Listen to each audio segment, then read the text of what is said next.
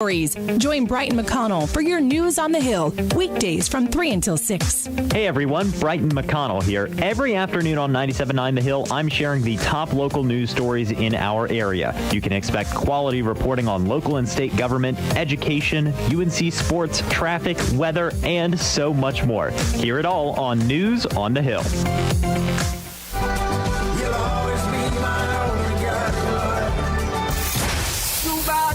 Miss Jenny Jenkins. Hey, Mama, it's me. But never mind you. Your hometown radio station, 97.9 The Hill, WCHL, Chapel Hill. Streaming live on chapelboro.com. We talked about 1883 in Yellowstone just a second off the air. It's like the wagon, right? Segue. Yeah, it's like a wagon loses one wheel. You're not going far on that wagon. And I think for NC State today, Sebron is that guy. Hey, man. Can we make AJ, I need you to cut that segment and make that into a promo. What you just said is one of the most insanely idiotic things I have ever heard. At no point in your rambling, incoherent response were you even close to anything that could be considered a rational thought. Everyone in this room is now dumber for having listened to it. I award you no points, and may God have mercy on your soul.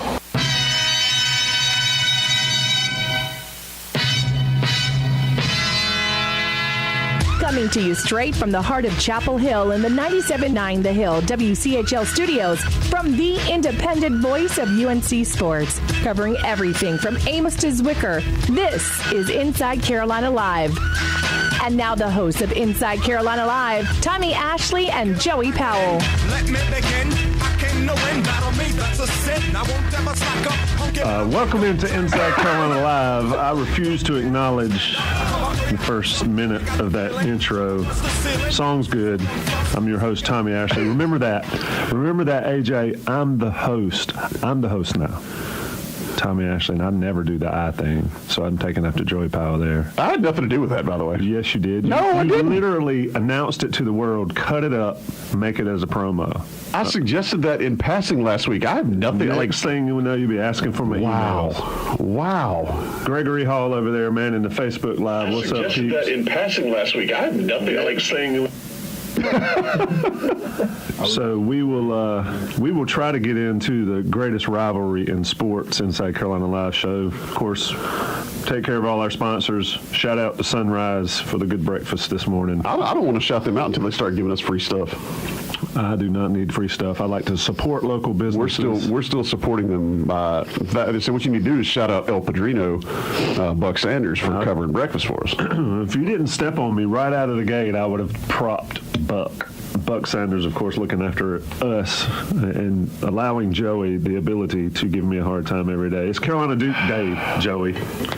We'll talk a little. There's a little football information that we'll discuss a little bit in this show, but for the most part, wall-to-wall Duke, Carolina, Smith Center, 6 o'clock tonight. Gregory Hall's got on his finest Sunday clothes to cover the game. Yep. Is he interviewing for a job after the show? Hey, you got to look good. You guys have never seen someone look good before. Look, man, we're in the middle of a pandemic. You're lucky I'm wearing pants. Well, that's a bit much. Look good, feel good, report good. Representing Inside Carolina. At least he doesn't have a Sting shirt on. I'm not wearing a Sting shirt. Who is that? It's WrestleMania 6. It's a Ultimate Warrior shirt. Sting. Sting. That's the same guy. Nice job. Let's talk about Duke, Carolina. Wow. 0 for 2. Carolina got their wins that they needed. Blowout win against NC State, and ugly win, dude, against Louisville. All around. The only thing that I think about that Louisville game is how it'll affect this one. But at any rate, what we're going to talk about today, Joey? I mean, I printed an entire list for you of topics. But, hey, listen, here's what I see. I saw a Tar Heel team that shot it like nobody's business last week against NC State. I don't think any of us saw that coming. I know when we left this show last Saturday, we did not expect to see that. I saw Darian Sebron get put on a milk carton to the point that he didn't play but a couple of minutes in the second half. Is that a saying? You've never heard that? Put on a milk carton? They don't have that in 6th grade? like got milk.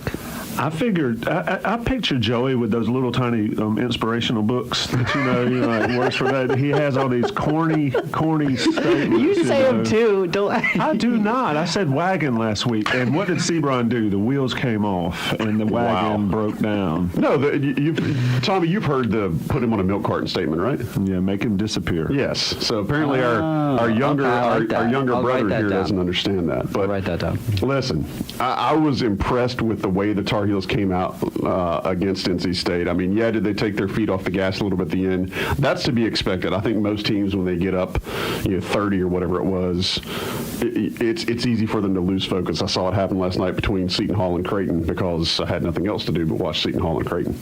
The Louisville game, man, I'd like to spend a little bit of time here. It's really easy, I think, for folks to say that the reason UNC won is because of bad foul calls, specifically one against Curry. That probably was the wrong call. They called it on Curry. It could have gone either way. I think the bigger thing for me is that, Tommy, you and I were texting during the game. North Carolina absolutely had to win that game. Oh, yeah. It got gross. They gave away a lead. I mean, that span from when they were up 10 to down 3, that was 2 minutes of some of the worst, most helter-skelter, lemon booty basketball I've ever seen in my life. There it is again, page 75 in your inspirational quote book. And they found a way to, I guess, overcome themselves. Because down the stretch, that was just an ugly rock fight, including, as you mentioned a couple of times, some of just absolutely the most abhorrent refereeing I've ever seen on both sides. Like that wasn't, there were calls that went for North Carolina, there were calls that went for Louisville that were just brutal. And I think that was one of the NCAA's, one of the ACC's better refereeing crews. I think Clarkerty was one of them, and I think Roger Ayers was another one. And those are two of the ACC's best guys, if you believe how they're graded. So anyway, long story short, the Tar Heels got a win that they absolutely had to have. And I know you don't like saying must wins, but I think that was, because if they would have found a way to gag that game away, I don't know if they recover. Yeah, I think at some point I tweeted, this is a season in the balance, season on the brink type moment. And they got their win. Look, the officiating was horrible. Everything was going against them. They figured out how to do it. Caleb Love was flat out awful for 40 minutes. Hot doo-doo. He made a couple good plays late, but in overtime, hit a big three and then hit 5 or 6 3-pointers. That is the growth that this team needs. Now, today's a different animal. You can't go, you can't black out for a couple minutes and do whatever. So we'll see how that goes this afternoon. But as far as getting that win, Armando Bacot said it, it allows the guys confidence to understand that they can win when they don't play well. They can win when everything is against them.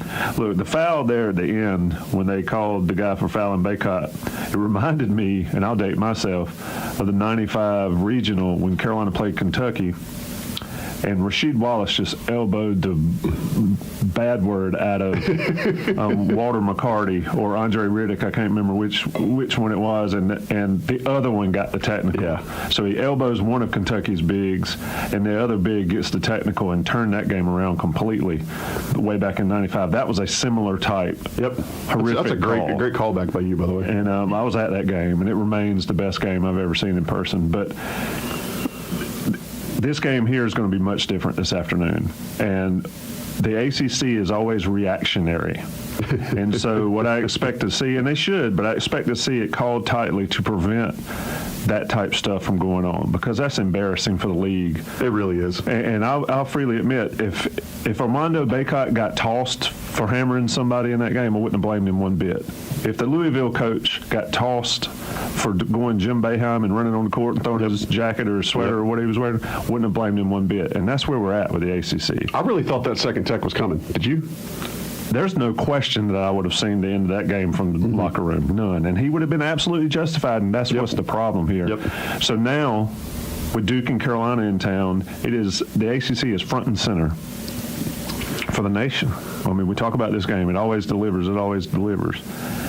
The league needs to make sure that crap doesn't happen today. And I don't think it will, but I just hope that it does not affect the game adversely by putting guys that need to be on the floor for it to be a good game on the bench.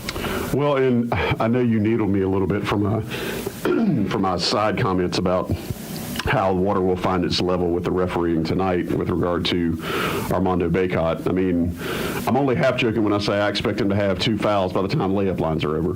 But I think if that situation you just described materializes to a point to where you have a very, very tightly officiated game, I think that hurts North Carolina worse.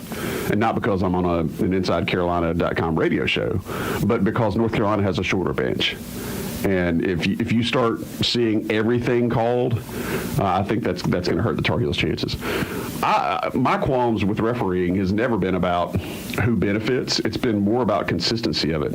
And the thing that I struggle with is when a game starts, referees let everything go, and then the second half, it's like they go regroup, they talk to each other, and then as soon as the second half starts, they decide, well, we need to call more stuff. So they start whistling touch fouls, 50 feet from the basket, and that's just hard for any college player to adjust to. It's just it's lopsided. It's got a lot of curves going on as far as being able to just have normal expectations, and that's where I get frustrated with how games are refereed, and I see it all the time in the ACC. With that, go ahead. I'm sorry. Well, I mean, and that's opposite of the way it should be. Right. You call it tight early, and then guys realize, because players adapt. Yeah. To what they're supposed to do. But anyway, I don't want to talk about the officiating. I don't want any more. I mean, it's a worthy discussion, but a worthwhile discussion. But the bottom line is Carolina's got to play today. Yeah. Carolina needs to be the NC State game, Carolina, and not the Louisville game, Carolina. There's been a lot of trash talk underneath and on social media and hidden on social media. This game is going to be intense. This game is going to be, a battle between these guys. Carolina's got to be the smarter team today. A lot of questions popping up in the YouTube chat, and we'll get to some of them, but the matchups are horrible for Carolina. They do not favor the home team, no. And so Carolina's got to play really well, and I think they can do that, but they can't get caught up in the emotion and the intensity of it. Because if they do that, like you said, it's going to favor Duke given the bodies and given the number of bodies that Duke has. Yeah, and the other thing too is that Duke has this iteration of Duke's roster has more guys that can play and hurt you from different places on the floor. They're not constructed like a typical Duke roster is, where you know where their assaults are going to come from. Like right now, they've got guys that can score both from the outside and from the inside, and can slash at multiple positions, and that's tough. That's a hard. That's a hard pill to swallow for any North Carolina team, especially one with a short bench. I think the beautiful thing about these games is, and Tommy, you can probably list 30 of them off the top of your head. It always seems like Duke, North Carolina gives you one guy from either side, and it's usually the winning side that goes off that nobody expected. You read my mind, because I'm sitting here looking at. You're trying to figure out who the guy is? Yeah, and it's like, if we're talking about Paulo Banchero and Wendell Moore, even though Bacot said he thought Moore would be the X factor, if we're talking about those two guys having the biggest games for Duke, then I think Carolina's in a good spot. You'd expect that. Yep, but if we're talking about Jeremy Roach or A.J. Griffin as the guys that went off, or somebody Joey Baker, Joey Baker, then I think it's trouble. And it's the same way with Carolina. I mean, if Bacot and Caleb Love have big games, then Carolina will be all right. But if somebody like Curran Walton comes in and hits a bunch of shots, or if somebody like Puff can do it, or anybody not named in the starting five can do it for Carolina, then I think Carolina's in a really good spot. But it happens all the time where guys that are probably fourth or fifth on the depth, or the scouting report, have big games in this game. And you're right, that means that team usually wins. My thing is, I just want to see everybody. I want to see a game where everybody's on the floor all the time when it matters. And because Billis says it, and I'm not a huge fan of Jay Billis, but he always says Duke, North Carolina always delivers. I didn't hear it as much last year, but ironic, we'll hear it plenty this year. And we did mention College Game Day is in town. Has your son been arrested yet? He is not, but he's got some signs that I was pleased that they made it through the Smith Center's vetting process. And Do we know that he got inside with said sons? I have photographic proof that he is in there waiting for game day to start with several thousand of his fellow student friends. It looks like a wild time in there. Yeah, it should be a fun morning for Tar Heel students. And again, anytime, I've never understood it, and maybe I'm showing my age here, but if it's something the students get up for, have at it, man. Get it all over you. I think it'll be interesting to see today which North Carolina team shows up. Again, they've shown some poise. I made a joke during the game against Louisville that if anybody had some poise to sell, the Tar Heels would be buyers, and they showed some poise. I think tonight you're going to have to come out with energy and with poise because inevitably every time Duke and North Carolina play, both teams make a really, really big run at some point, and it's can you withstand those big punches? And North Carolina has not shown that a lot. They did show it this past week against Louisville, so it'll be interesting to see if they learned anything, and if they learned anything that they can carry over to the next game. If you think about something that Hubert Davis has said, basically since he's been the coach, it's about kind of earning their right and then showing that they've been able to carry over, and showing that they belong, and showing that they've actually developed into what they should be. They'll have that chance tonight. And for all the hand wringing and all the head scratching, this team is a half game out of first place. You win tonight, and you've got to share first place in the ACC. As bad as this season has felt at times, I'm not saying as bad as it's been, but as bad as the losses have looked, and as bad as it has felt, if the Tar Heels find a way to win this game tonight, Tommy, they literally will be atop the standings in the ACC. Which is crazy Absurd. To think about. And I like the way you sort of separated that, as bad as it seems versus bad as it is, because it's been a good season, but for just losing their minds in games that they were not going to win anyway. Yeah. The losses are hard to shake, dude. You can't, and that's why they're so far down in the bracketology and all that stuff. But like you said, they win tonight. They're 40 minutes away from being atop the ACC and having beaten everybody's darling in the ACC. So I think it's a huge game. A lot of questions coming in. We'll get to plenty more of them. But somebody said, is this game important for Baycott's Player of the Year? Absolutely. This is important for Armando Baycott, because if he can put up 18 and 15 against Duke on this stage, then I think he's a front runner for the ACC Player of the Year. But if he puts up 5 and 2 or whatever, what did he do against Purdue, Gregory? 2 and 5 or something? He was like on that? a milk carton, Tommy. Yeah, he missed the milk carton on that one. If he does that, then of course those hopes and dreams are out the window. No matter what he does, this game is a highlight for everybody. He put up 2 and 4. 2 and 4 against Purdue, and so if that happens, this game's going to be ugly. But I don't think it will happen, because I think he understands the importance of it for the team, for the rivalry, and for himself. Because these are money-making games for players in this one. No matter how good you are, the rest of the season, when they show you on draft night, they show Duke Carolina highlights. And they always talk about it. And I think that's why it's important, not just for Baycott. It's important for other guys on the team too, but those guys on the team need to realize that this is Baycott's team. And while it runs high and low based on Caleb Love usually, Baycott's team. And they need to play that way tonight, and then the others need to supplement that, get theirs, but not get theirs by taking away from Baycott's opportunities. Not at the expense of what he gives you. And also want to point out, he was named, he being Armando Baycott, was named as a finalist for the Kareem Abdul-Jabbar Center of the Year candidate, or Center of the Year award by the Naismith Hall of Fame this week, so congrats to Armando. That full list is so stacked. Yeah, it's a pretty ridiculous list. I mean, I'll run through it real quick. We got to hit a break. Walker Kessler, you may recognize. Adam Sonogo from Connecticut. Martin Williams of Duke, which blows my mind, but good player. Drew Timme, Kofi Coburn from Illinois. Oscar Tshiebwe from Kentucky, who I love. Hunter Dickinson from Michigan, who North Carolina saw earlier this year. Nate Watson from Providence. And Zach Edey, who North Carolina already saw, plus Armando Baycott. All right, take a quick break.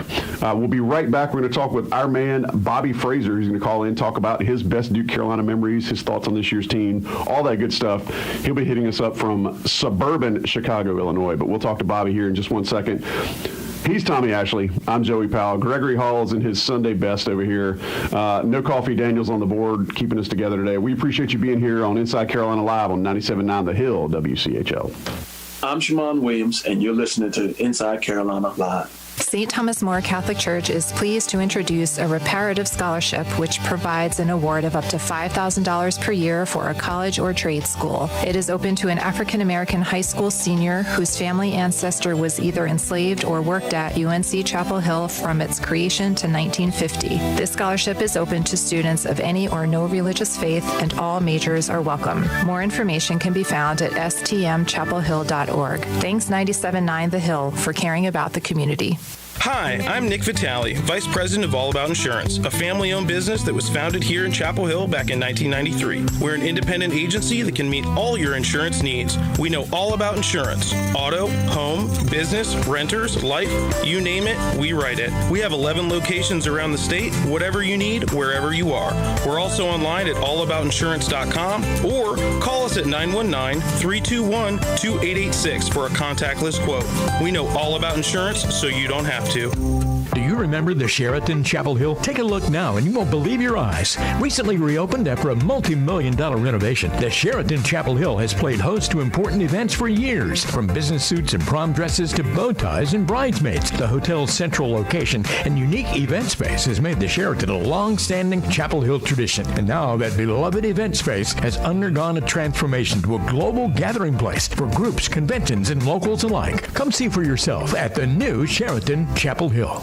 Hey, Jack. Hey, Lee. I love engagement season. That's funny, because at Almas Jewelers, it's always engagement season. People find us year-round, since we have the largest selection of bridal jewelry in the area. And the designs from Noam Carver this season are incredible. The bold vintage florals have a classic elegance, and the timeless solitaires make a lasting impression. I guess I love engagement season too, Lee. Almas Jewelers in Eastgate Crossing is the place for bridal jewelry in Chapel Hill. Almas Jewelers. The name means diamonds. Let's engage. Online at almasjewelers.com. It's 1962 and gas is 28 cents per gallon. Dean Smith is 30 and in his second year at UNC, and a local auto shop named F&F Automotive opens to serve Chapel Hill Carrboro residents. Now fast forward to 2021 and F&F Automotive is still serious about savings. Short for family and friends, F&F has been a trusted local favorite for servicing all makes and models for over 50 years. Located at 107 West Weaver Street in Carrboro, F&F Automotive is right around the corner and ready to serve you. Triangle Flooring Center in Carrboro is your hometown spot for all your flooring needs. Apart from selling and installing beautiful floors, they also clean carpet, perform repairs, and have 24-hour water damage services. They aren't satisfied until you are. Proudly locally owned and operated, visit their beautiful showroom in Carrboro across from the fire station or view their offerings at triangleflooringcenter.com.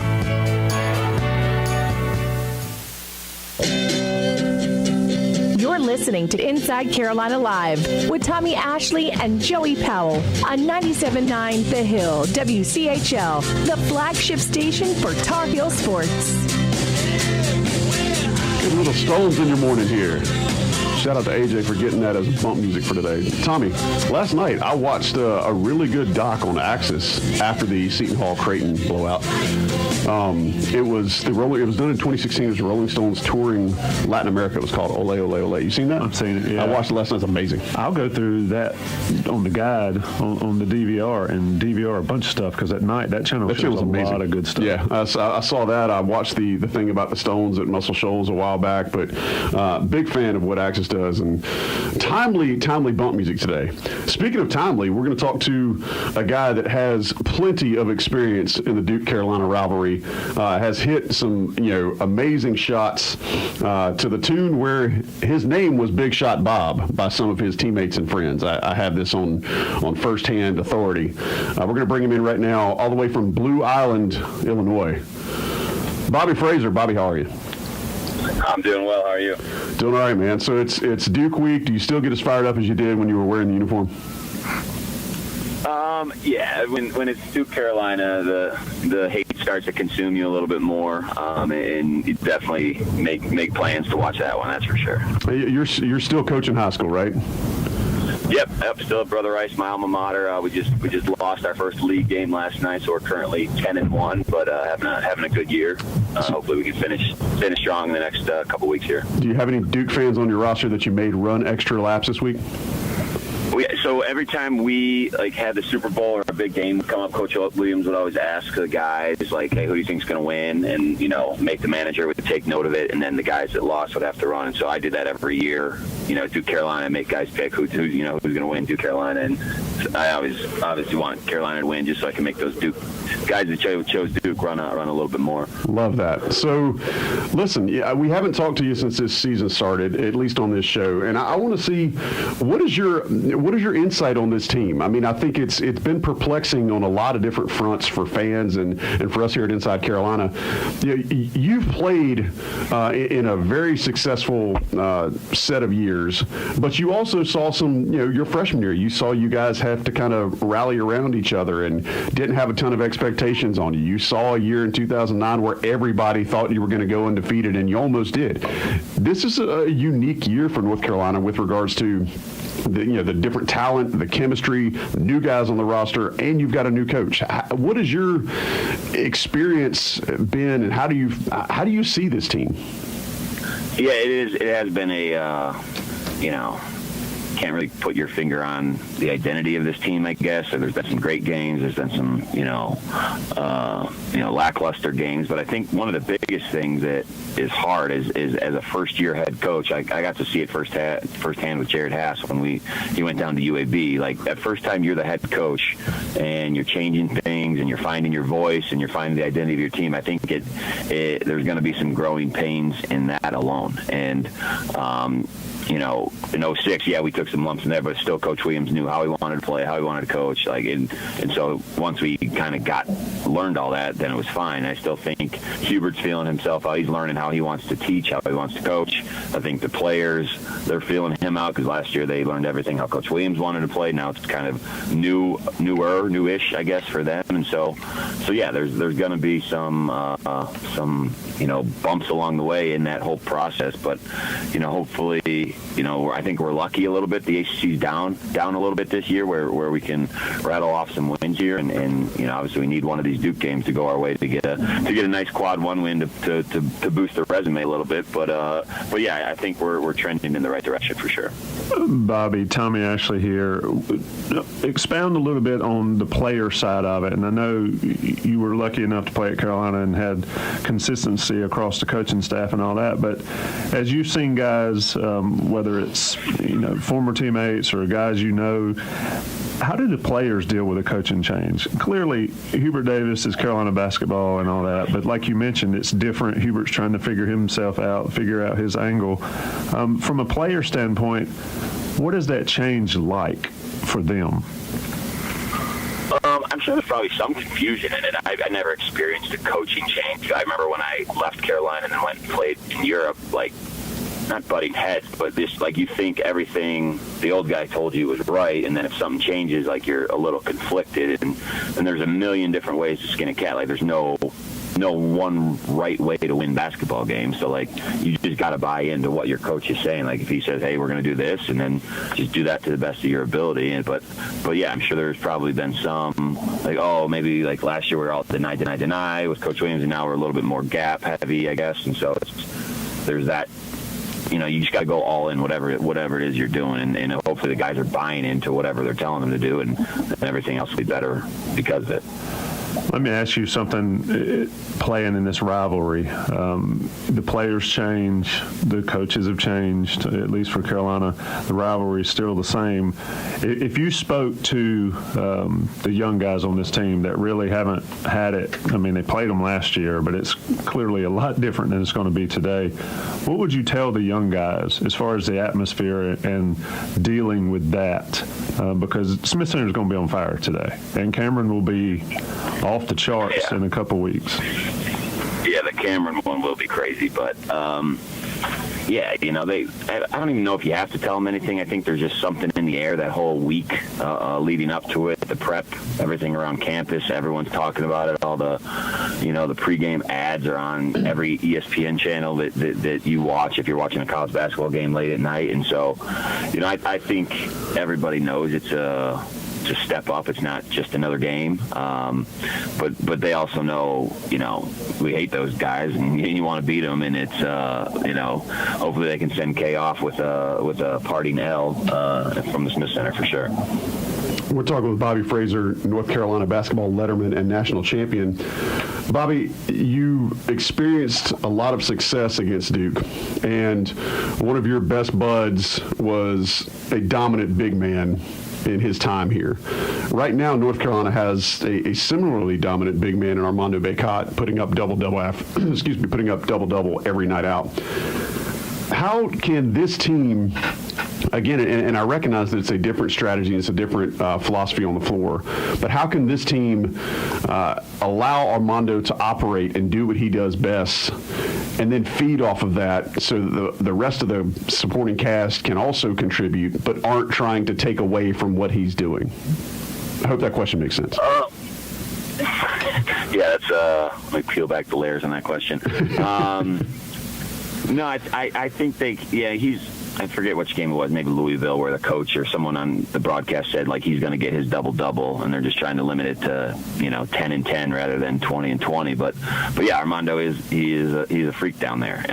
He's blown away records and has a chance to beat some of Tyler's records for sure. And it was interesting when he did, 10 double-doubles in a row? I would have sworn Tyler would have done that, and then, it hadn't been done since whatever, the 50s or 60s, whoever did it last. But yeah, Armando is having a special year and doing a lot of big things. And I think, guys can continue to feed him the basketball, and then hopefully if he's drawing attention, Tyler never passed it out. Tyler would have three guys on him and he'd still shoot it or find a way to get fouled somehow. But I think Armando's probably a little bit more open to kicking it back out to Caleb or RJ or something, and those guys can then knock down some shots and they can find their rhythm and stuff. But yeah, it doesn't have to be every possession him getting a touch, but a lot of them should go to him inside.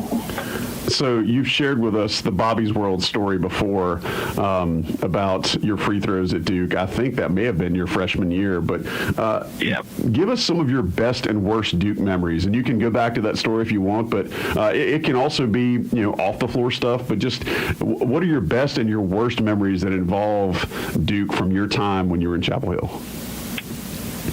Best one, is definitely that freshman year at Cameron. JJ Sheldon, their senior night, reckon that one. That's hands down number one best memory. Some other good ones or worst ones.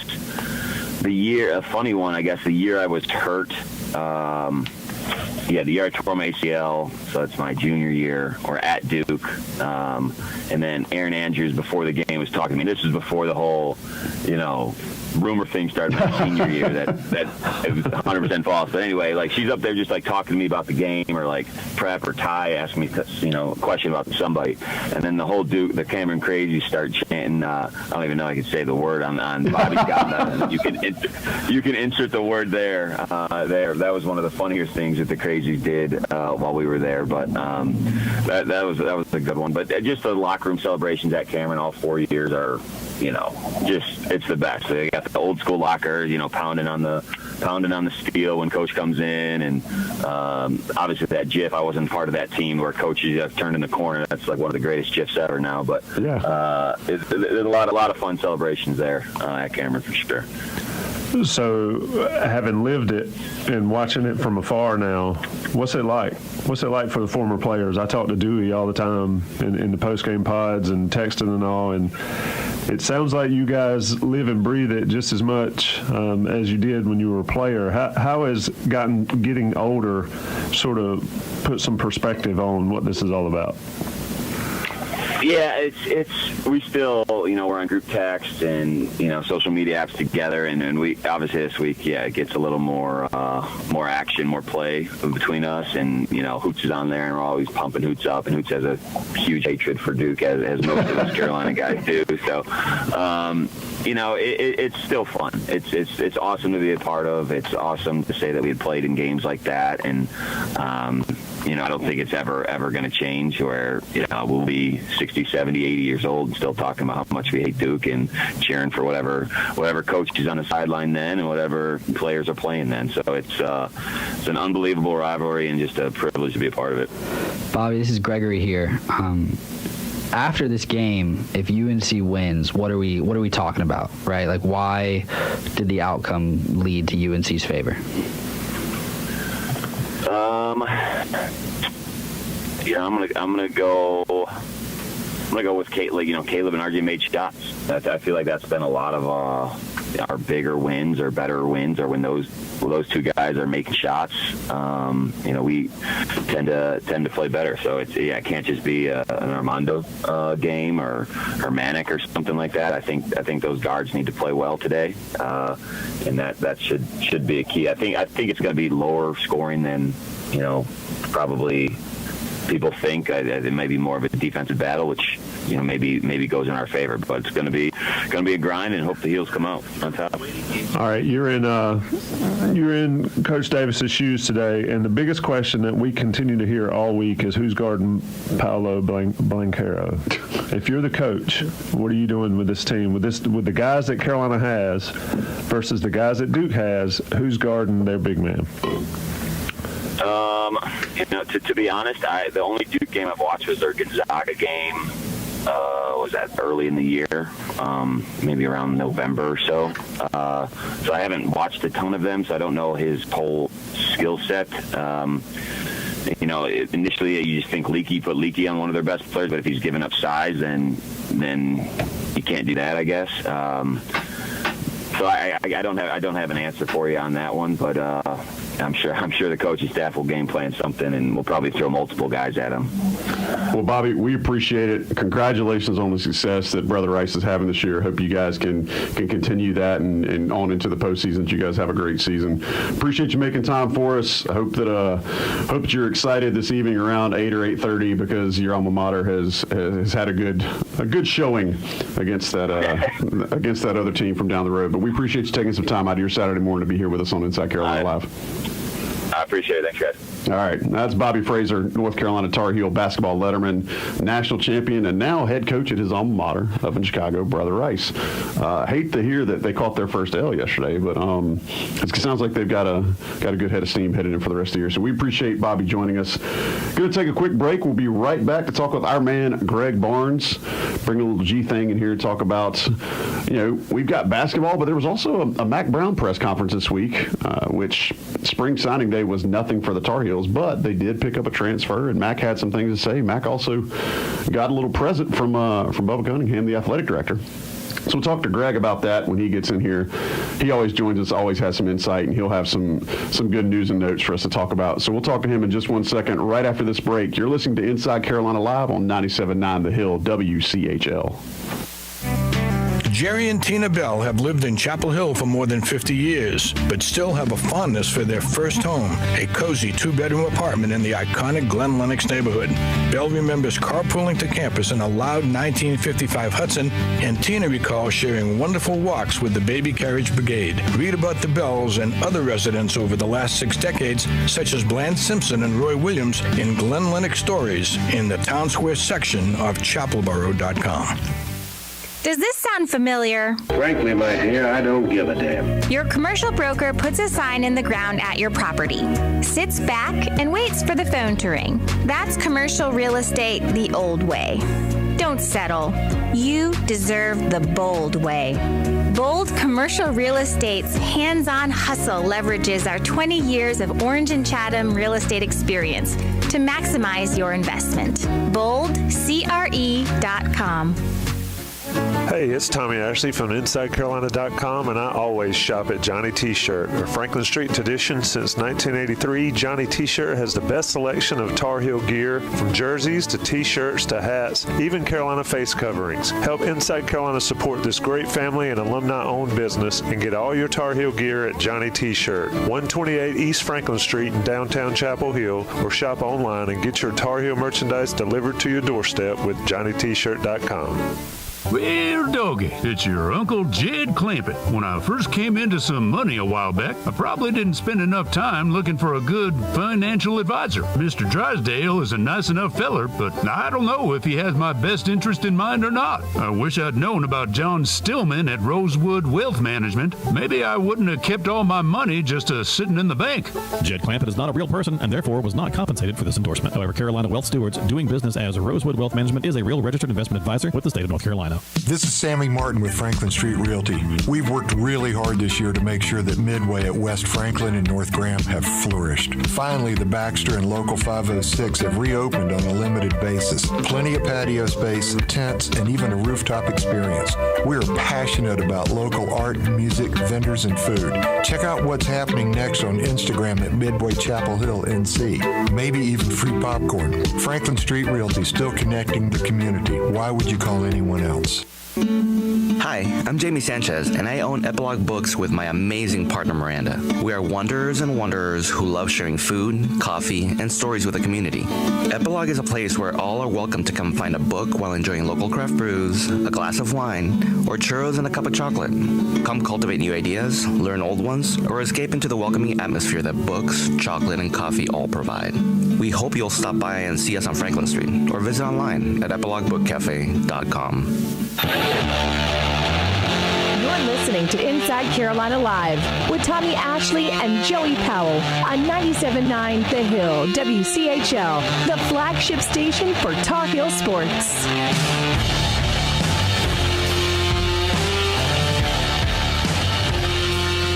Inside Carolina Live, Saturday morning. Appreciate you being a part of the show. Carolina Duke this evening. Carolina does have another game after this one. They do go to Clemson Tuesday night, I believe. But Carolina Duke today has been mostly what we've been talking about. Got our man Greg Barnes coming in here in just 1 second. I believe he's actually dropping off. He's either dropping off his daughter for ballet or he's got a ballet lesson or something. I don't know. But Greg's going to be in here in just a little bit. Really appreciate Bobby's perspective in the last segment. We talked to Bobby Frasor. I love hearing, and I think fans can appreciate it too.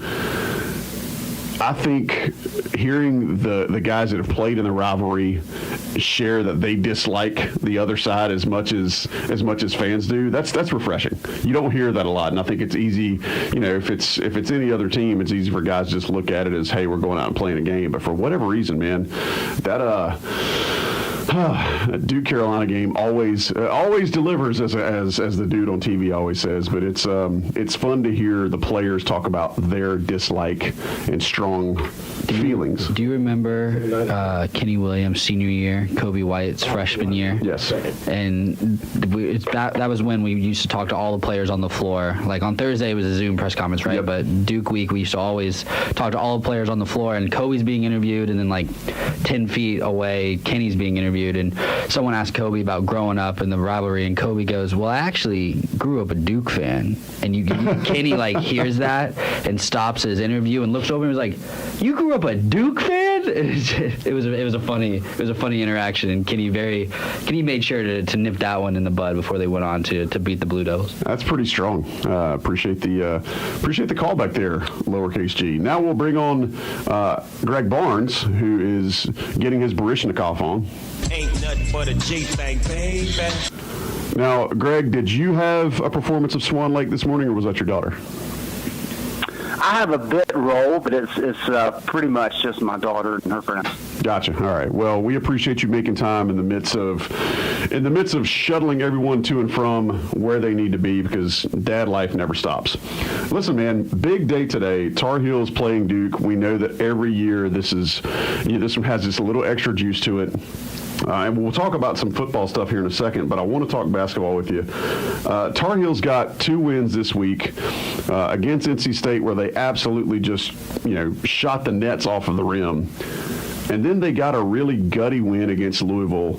And Tommy and I talked about it earlier. We don't like to say it was a must-win, but I think if North Carolina would have lost that game after being up 10 points, the season could very well have gotten away from them. What has been your sense after talking to the staff, and Hubert's availability, and then talking to some of the guys after the game against Louisville? Do you feel like that's something they can replicate and take with them into the game tonight against their arch-rival Duke? Yeah, I really believe that what we saw transpire on Tuesday night was the absolute best thing that could have happened to this team. And yes, it wasn't the prettiest game, and yes, there were mistakes made, and yes, they were up by 10 and kind of coughed it up and looked really bad during about a 6 or 7 minute stretch there. But they got the win, and it was a hostile situation. When you got things coming out on the court, and everybody was just furious, and the guys were frustrated. Both teams were pushing each other, which is on the refs, but it was what it was. But for them to be able to grind a win out, it's something we haven't seen them do this year. And just in talking with people around the program as well as with Hubert and the players, it was kind of like this moment of, wait a minute, like we didn't even play good and we won. And so that kind of confidence boost is just critical, and that should help them moving forward. How big of a help it will be, it's hard to say, but I think that gives them just a ton of confidence. We talked a little bit earlier about kind of that span. And there was it was furious at the end of regulation. But Caleb Love, in general, had a game that he probably would like back against Louisville the other night. He did hit a big shot when it came down to overtime. He did great then. But he did not have a good game from the field, had some turnovers, looked like he was just really gripping in a lot of instances. But he's always played well in the 2 games he's had against Duke. I mean, just lights out. In Cameron, in the Smith Center, you name it. He did well in his times against Duke previously. Do you think he will be able to shake off what happened against Louisville and kind of ramp things up tonight when the Blue Devils come to town? I think that's going to be the deciding factor in this game, to be honest with you. And I don't know what the answer is. Duke was not very good last year. They relied on a lot of freshman talented guards. I know Goldwire was there as a veteran, but he's not the stud threat that some of these other guys are. And, going back to Tuesday night, what we saw was what we've seen a lot this year, is that when there are guys who are experienced and strong and veterans at the guard position, they can really pose problems for Caleb. And we've seen that all season long. Now, we'll have to see exactly how the matchups go. But he's probably going to be playing some against Trevor Kills, who, of course, is a freshman, but it's kind of built like a tank for a freshman. And then possibly get some time on Wendell Moore, and vice versa. And so Moore, of course, is an experienced guy. So they're going to try to kind of get up in his shirt, and they're going to try to frustrate him offensively. And when you can do that offensively with Caleb, he's still one of those guys that kind of translates throughout his entire game. And so if he gets frustrated, you see it not only offensively, you also see it defensively. You see him kind of glaze over, if you will, and kind of vanish. Now, kudos to Caleb. He made some big free throws against Louisville. For him to come in the overtime period and hit a 3 on that first possession really speaks to the fortitude that he has. So I think it's in him. He's just got to work through some of these things, and I think he'll be the key for tonight. If he can kind of keep everything harnessed and keep locked in like he told us yesterday or Thursday, I think that's going to be what he needs, and have a little bit of success early. That would go a long way for him.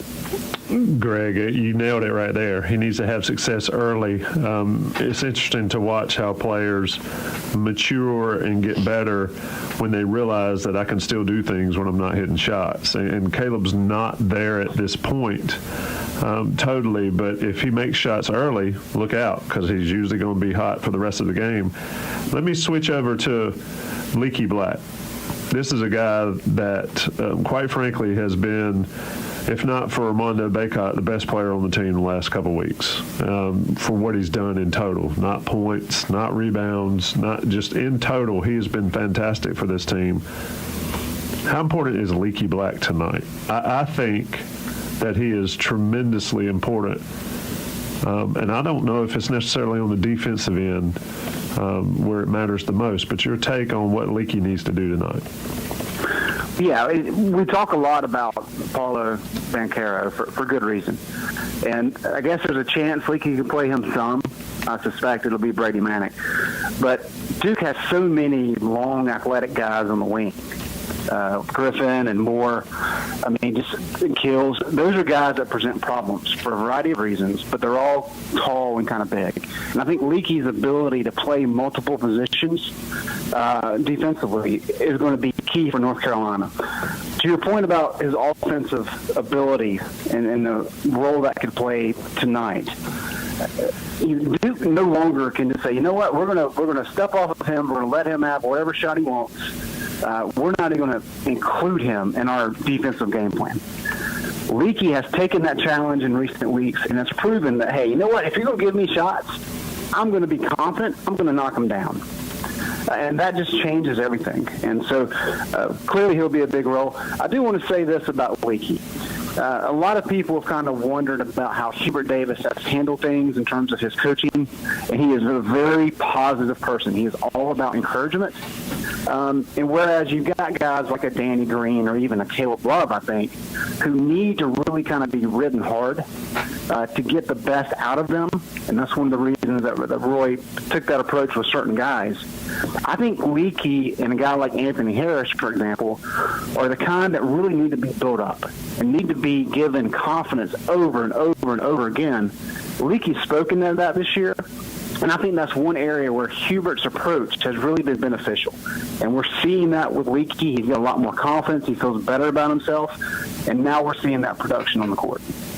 Yeah, I agree there. And then you toss in the Jackie Manuel effect as well. Leaky talked about it a little bit. If folks want to listen to those press conferences, it's definitely worth a listen. He is completely in a different headspace this year, and especially in the last month, than he's been in his Carolina career. And it's good to see because he appears to be a sweet guy, sweet kid, and he wants to do well. And the criticism has been brutal, quite frankly, over the last couple of years. And deserved or not, it is what it is. And to see him do well, he's come along. Now, let's talk about this Duke matchup, Greg. Banchero is not the only guy they have. You mentioned the others. Mark Williams, Armando Bacot. That could be a fantastic matchup right there. What happens when those two go at it? I think foul trouble is a big factor, but without foul trouble, how does Bacot match up with the big man for Duke? Yeah, this is going to be one of those great challenges for Armando. And for a kid who wants to play in the NBA and have a long and successful career, this is the kind of game where he has to have success. If you look at what happened against Purdue, very ineffective. And part of that was foul trouble, but part of that was because Purdue's got two really good centers who frustrated him. We've seen it a little bit in other games, but in most of these games that Carolina plays in, Armando is the best post player. He is the biggest post player, and it gives him a little bit of an advantage. And so he's able to take advantage of those opportunities. I don't know that'll be a case tonight. And so he's really going to have to be on his game. He can't take any plays off. And he's got to be smart, especially on the defensive end, without any reaching, without any cheap fouls. The last thing they need him to do is to pick up a cheap foul like out on the perimeter. And if he can establish position, get where he needs to be on the block, he's going to have opportunities to score. I am curious to see how Duke handles him. I would imagine they're not going to do much help defense in the post, not a lot of doubling, at least until Armando shows that, hey, you're going to have to double me or else I'm going to score as many as I want. And I think Caleb and Armando, we've talked about it all year long, those are the two guys. But Armando needs to win that matchup handily with Mark Williams for North Carolina to have a chance. All right, we're talking with Greg Barnes, beat writer extraordinaire for InsideCarolina.com. Greg, let's talk a little bit of football just because there was news this week. Tar Heels extended Mack Brown for a year, bumped his pay up to about $5 million annually. They announced, Patrick Sudis is the new general manager, I guess is his title, I'm not positive. Taking a transfer from Spencer Rowland at Harvard, who graduated at Harvard in 3 years, was an all-conference lineman. Just a lot of stuff coming out of the football office, despite there not being any games in the middle of Senior Bowl week. If you wouldn't mind, share how you feel that, or why does it make sense for the Tar Heels to give Mack Brown an extension and give him a raise right now? Well, it was National Signing Day on Wednesday. That typically has been like a huge week in the college football world, right? Right. With early signing day, no longer. Well, Mack has said from day one, he wants to have at least a 5-year contract as he moves ahead, just for recruiting purposes. Kids have 5 years to play for. Therefore, when a kid comes in, the idea is that there's a contract that matches his potential duration in Chapel Hill. And Mack has said that from day one, and that's really why they've extended this. Now, they're incredibly happy with the trajectory of the program, and a lot of people are upset they went 6-7 last year. No doubt the recruiting is off the rails. I mean, it's just phenomenal what they've done. And so the trajectory of the program is in the right spot. And then when you start talking about some of these transfers that they brought in, they needed help on the offensive line, and they got a center, and now they've got a tackle. So they're filling some spots they needed. They got Noah Taylor. They needed a pass rusher, so they've checked those boxes. So they're making progress in all the right ways. And then you start talking about facilities. They're getting ready to do a $15 million expansion of the KFC, which Larry Fedora kind of started that motion. Mack Brown, with his fundraising ability, has kind of expedited it a little bit. So everything is on the right track. And so North Carolina felt good about not only extending his contract, but also giving him a quite healthy pay raise. So what do you know about, obviously UNC lost their director of high school recruiting. Again, I'm butchering these titles. UNC lost Billy High earlier this year, who went to his alma mater at Tennessee. But it sounds like they're going to hire Patrick Sudis from Georgia Tech. Briefly, we got about a minute. Tell folks what he's going to do as a part of UNC staff. Well, Billy High was Mack's right-hand man. He made sure that the roster was set up the way it needed to be. He made sure that whenever things popped up in the transfer portal, that Mack knew exactly who were the potential guys to take, who had red flags for academics or whatever. And so that's the kind of role that Sudis is stepping into. I think what a lot of people may not know, Sudis worked with Mack back in 2013 at Texas. And when Mack came back to Chapel Hill 3 years ago, he actually reached out to Sudis to take that same position. Sudis, of course, was at Georgia Tech at the time. He recommended Billy High. And so now that Billy left, Mack went back to Sudis, who's at a Georgia Tech program currently struggling. And so it just made a nice, easy transition. And so I think it was a great hire. It's a very smooth transition. And so I don't think it'll affect North Carolina's recruiting and the general manager aspect whatsoever. Well, we appreciate you joining us here on a Saturday, man. We'll let you get back to being Dance Dad. We know all the fun that comes with, and appreciate you making some time for us on a Saturday to talk a little hoops and a little football. All right. Sounds good. Thanks, guys. That's Greg Barnes. He will undoubtedly have a great write-up along with the Gregory Hall and the rest of the IC crew. Ross Martin probably in there. Interns Isaiah and Kirsten will probably have some contributions. So make sure you check that out after the game today with Duke this evening. We appreciate Greg joining us. We're going to take a quick break. Be right back. Talk with the executive director of Heels for Life. You may know him as Shaquille Rashad. You're listening to Inside Carolina Live on 97.9 The Hill, WCHL.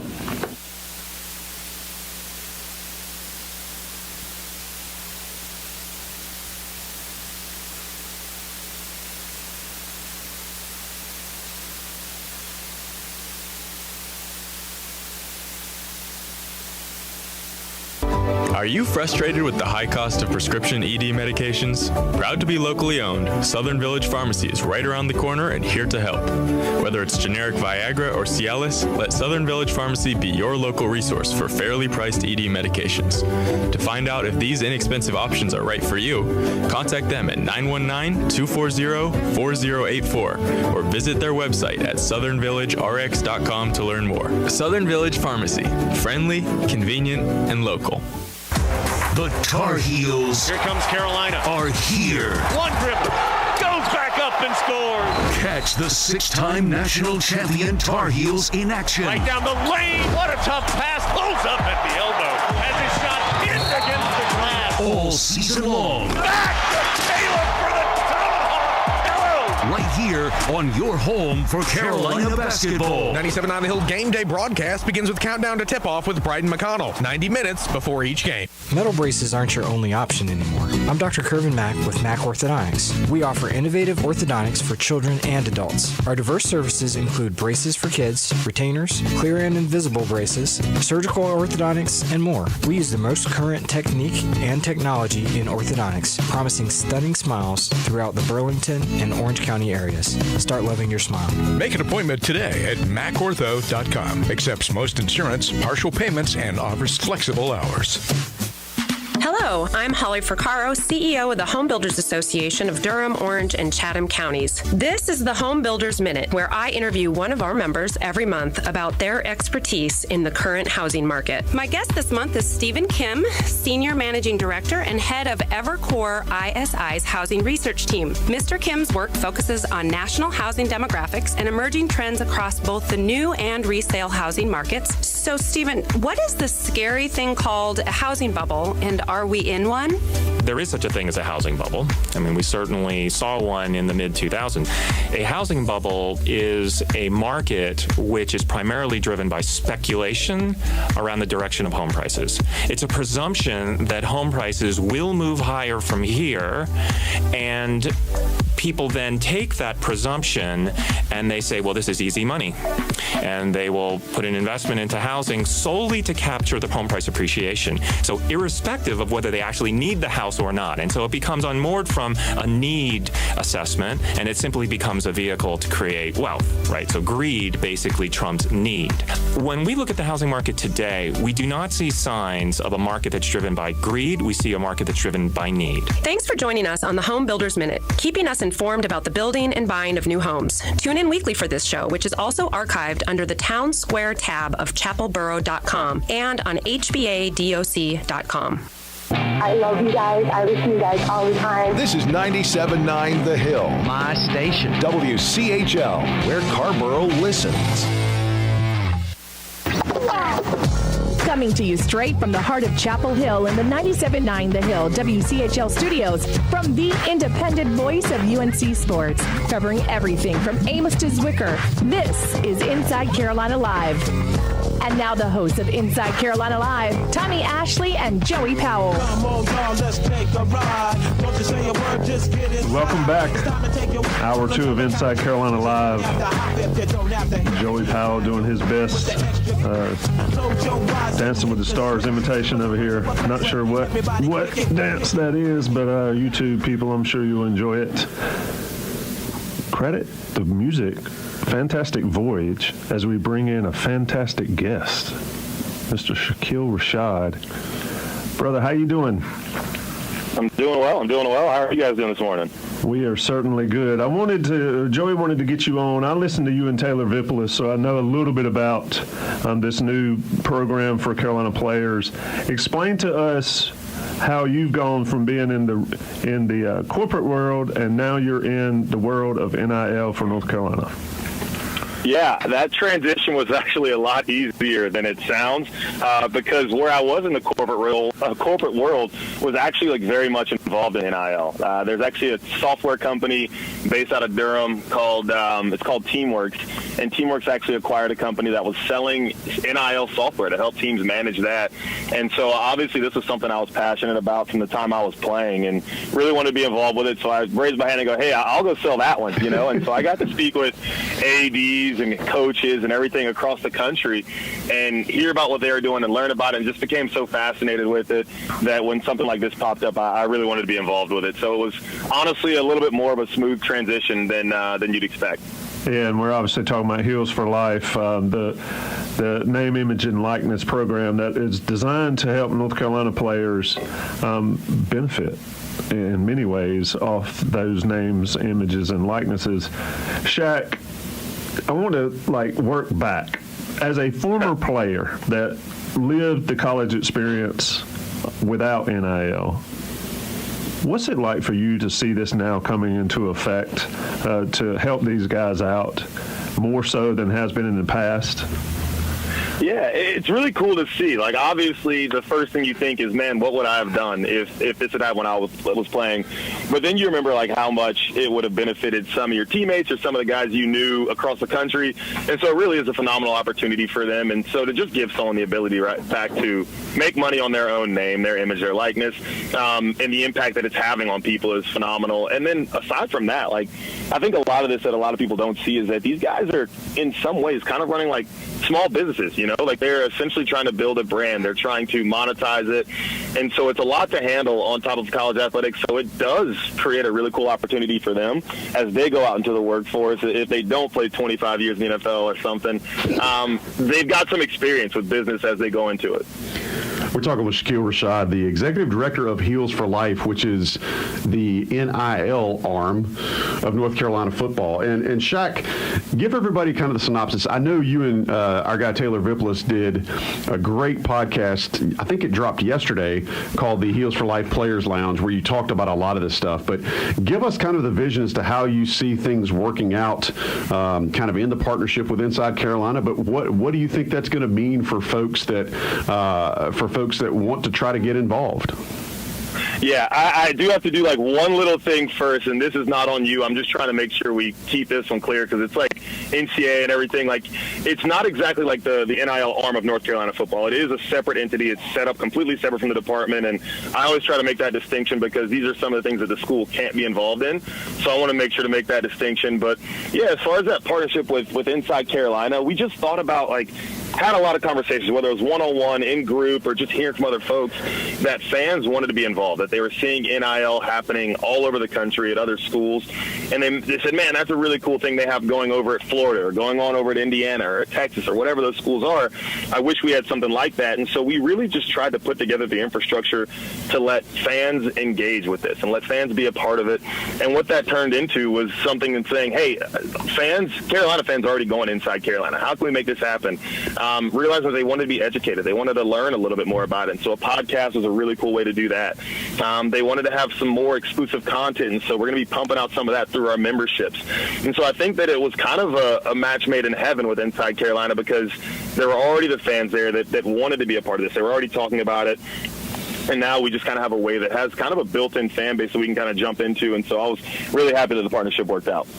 So you mentioned a couple of the other schools that are doing this really well. I think the fan base, specifically Inside Carolina subscribers, as you mentioned, are acutely aware that other schools, have their programs kind of off and running, right? You mentioned I think it's the Gator Collective and then what's going on at Texas A&M. Elaborate a little bit about what those schools are doing and kind of why that matters, right? Kind of give the competitive aspect of why North Carolina has to jump in and kind of go full bore with this thing. I think that it's just, when I think about what I looked at when I and my teammates looked at when we were coming out of high school and going into college, and even while we're in college, and, some people transfer at times over whatever the reason might be, and that's okay. But, you look at what kids are evaluating when they do things like that. And it used to be, for me and some of my teammates, it was academics. You were looking at what campus life was like. You were looking at the kind of football you were playing. You were looking at facilities. And now right alongside all of those is NIL programs. Like, what does NIL look like at at that school. And so I think it's really important that we show, I should say we as like fans and supporters of UNC football, show that, hey, like this is a community that cares, that wants to see you guys succeed and wants to see you do well. We care about you both on and off the field. And I think that this is a way that shows up really well. And so it does get competitive in that way.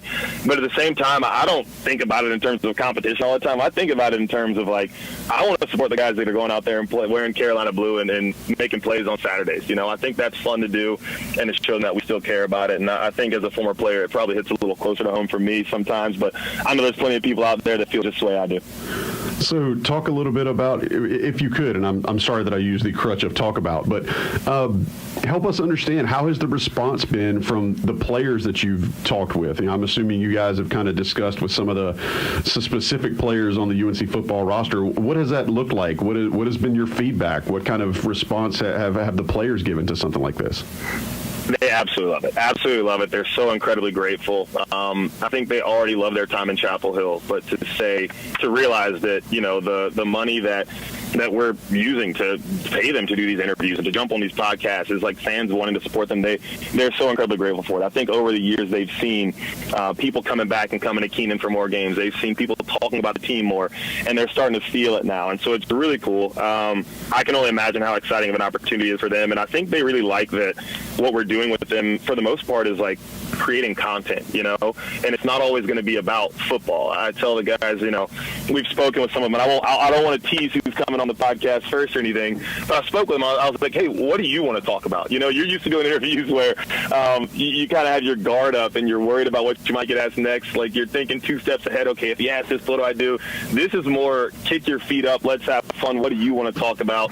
And so they're talking about things they'll be doing in NIL, but they're also talking about things like where they're from, what makes them who they are. And so it lets them get known a little bit more about a fan base that's been supporting them since they got to school.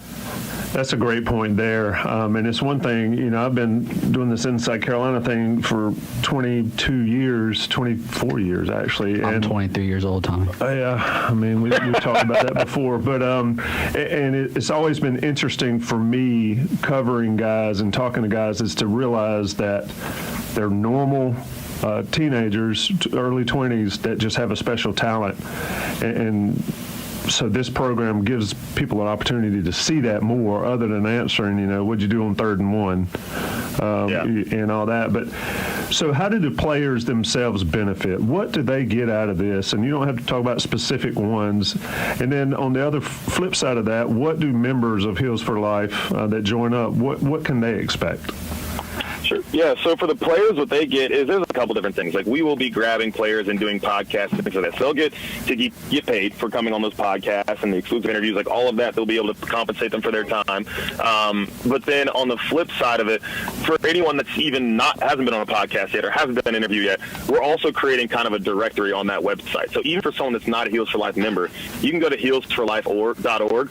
And if you go to the athletes page, you'll see, I think right now there are 4 or 5 guys up there, and we're going to continue to add to it. But some of them, even before we existed, and I'm sure will continue to happen now, they're creating things outside of us, which is awesome. Like, we don't intend to be exclusive. We want them to have as many opportunities as possible. But they were selling T-shirts, or maybe they were doing cameo videos, or they're doing training lessons. And so I've just asked them, hey, guys, if you have anything like that, or you know of anyone on the team that has it, shoot it over to me. I'll get you added to the website as long as you're okay with it. And so now, hopefully the idea is that all these Inside Carolina fans and anyone that finds Heels for Life can just say, oh, I know where to find a shirt for my favorite player.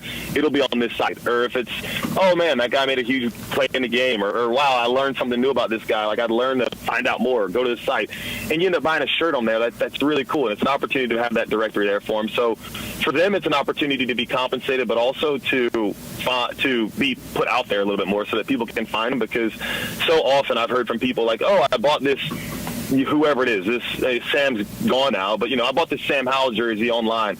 And out of curiosity, I was like, where they bought it. And they bought it from someplace, like, overseas or something. I'm like, man, like, wouldn't it be cool if you had bought something of his from a place that he made some money off of it versus just some random company? And so I think for the players, it's an opportunity for that. And then for the fans, I think that they can expect to see just a little bit more laid-back conversation. Like, that's been the theme of all this. That's the theme of the exclusive content we're expecting to put out. It's going to be more laid-back, kick your feet up, enjoy it. We can have a conversation. And then on the flip side of it, with that podcast we're doing with Taylor, that's not exclusive. That's just on Inside Carolina. Same thing. Like, we want to just kick back, have a good time, relax, let people get to know the players. And then from there, I think you get to know as a fan that you are supporting the guys that are going out and representing your school on weekends. So Gregory Hall has probably a serious question, but I want to ask you one before I get off here is if Shaquille Rashad was on the Players Lounge being asked questions while he was still at Carolina, what would be a question that you would love to get? A question that I would love to get. Yeah, to sort of explain who you are better for folks. Because I feel like while you were at Carolina, people knew your personality a little bit, but since you've been away, and especially since you've been on Inside Carolina's podcast, people have really gotten to know you as the guy. Well, that doesn't happen for all these guys. So as you were a player, aside from your incident with Connor Vernon. Why you got my alleged incident? The alleged incident. The alleged incident. Your felonious assault. I'm just surprised Shaq's been out of prison this long. I mean, it was just such a harsh penalty. But as a player, oh, that's funny. As a player, what would you have been comfortable sharing back then that maybe folks didn't know? I think that the question I would have loved to have been asked is just like, what do you do with your free time, the little that you have? Because I think that question would have shed light on a lot of things that people would have just been mind blown about. Like, if you would ask, I remember the day that it came out that I was a big Justin Bieber fan. Everyone was surprised. I was like, all you had to do was ask. I was not hiding it. All you had to do was ask. And so if day one someone had asked, what do you do with your free time? It would have been take walks around campus, listen to Justin Bieber, watch One Tree Hill, maybe go out to the beach and wakeboard when I can. Like, that would have been the answer. And I think that would have led to a lot of other things. But like you said, things like that don't start to come out until you're done playing. Because, like, in the media's defense, like, their job is to find out things about players and games. Like, that's what you're covering. So you don't necessarily always need to ask what they do in their free time. And so to give them a platform to share those things, I think is pretty cool. And it's an awesome opportunity for everyone. Shaq, Gregory here. I don't believe we've ever formally met, so nice to meet you and speak with you for the first time. But I know as a former football player, you're focusing on football right now for Heels for Life. What's the plan to kind of move into other sports? Is it just to see how this works, or is it getting other players on board? What's that whole dynamic like? Yeah, I think for right now, like, no pun intended, tackling football first makes a lot of sense for a couple of reasons. I think the first is that when Heels for Life started to get formed, like, yes, it was announced recently, but this thing started months ago. And so we were in the heat of football season when it started, and really wanted to make sure we had a grip on that first. It's also a team of 126 players, and so to handle that is no small feat, whereas other teams, like, this is the thing of basketball, because they're playing. The basketballs have, 19, 20 players. We have 6 times that on the football team. And then the other side of it is that this is something that makes Heels for Life unique, but it's definitely something to keep in mind and thinking about scaling, is that it is privately funded. So the reason that we can say 100% of the funds that come into Heels for Life through membership fees go back to players is because it's actually completely funded operations and everything outside of those membership fees. And so to think about scaling up to other sports, that's the thing we have to keep in mind for sure. Well, you segued into it nicely. I can tell you're a pro at this. Looking at the website right now, heels4life.org, heelsforlife.org. Tell folks how they can get involved. You just mentioned what their contribution means, but I'm giving you free reign on this here radio broadcast to just make a pitch to somebody. Oh, boy. I got out of sales, and I'm still making pitches. Huh? Here we go. Never stops, man. Never stops. Yeah. Always be closing. If you go to the website, I really do encourage you to read first, to read what we have on that website, to watch the videos that are up there. Because I think as someone, I was selling and caring about NIL before this, as someone who's 2 years into it at this point, the things that I think about that just come second nature to me, like, are brand new for a lot of people. And so I encourage you to go in there and read and to understand what's going on and understand where that money's going. And then when you do feel comfortable, go on over to that page in the top right, and plastered probably in 40 different places on the website is the word become a member. Click on that anywhere, and whatever level you feel comfortable at, we'd love to have you join as a member. The membership benefits are the exact same at all the levels for right now. That's something that as we scale up and look at the volume and understand what's there could change, and we'd be sure to make everyone very aware of it. But right now, all those memberships get you the exact same benefits. And to be involved, like it doesn't take a ton, right? Like I think the idea is if we can, I think the lowest on there is $15 a month. The idea was pick a number that anyone that was willing to go to a game in Kenan Stadium will be comfortable doing. And so $15 a month, I think, will be very doable. And if we can get 50,000 people at $15 a month, we can do a lot of stuff to help our guys out. I love that mindset and kind of the engineering that goes into planning like that, man. You sound like what I do with my full-time job in fundraising. You got to kind of think of it from an operational standpoint. So I love that you guys have put all that kind of legwork into it, for lack of a better term. Listen, man, really appreciate it. Excited to see this roll out. Excited to see you kind of heading the charge. I think you're a great guy for it, and just can't wait to see the success that comes out of this. Excited about the partnership with IC and Heels for Life. So thanks for coming on. I will tell you, just sitting here looking at the chat, man, we've got people that said that they've joined in the last 24 hours. So that's awesome to see. I know you'd be talking to the right folks today. So thanks for making some time for us. Shaquille Rashad, Shaq, we'll talk to you down the road, buddy. Thanks for having me. I'm really excited. And, of course, let's go get a win. Heels by 30 tonight. Yes, sir.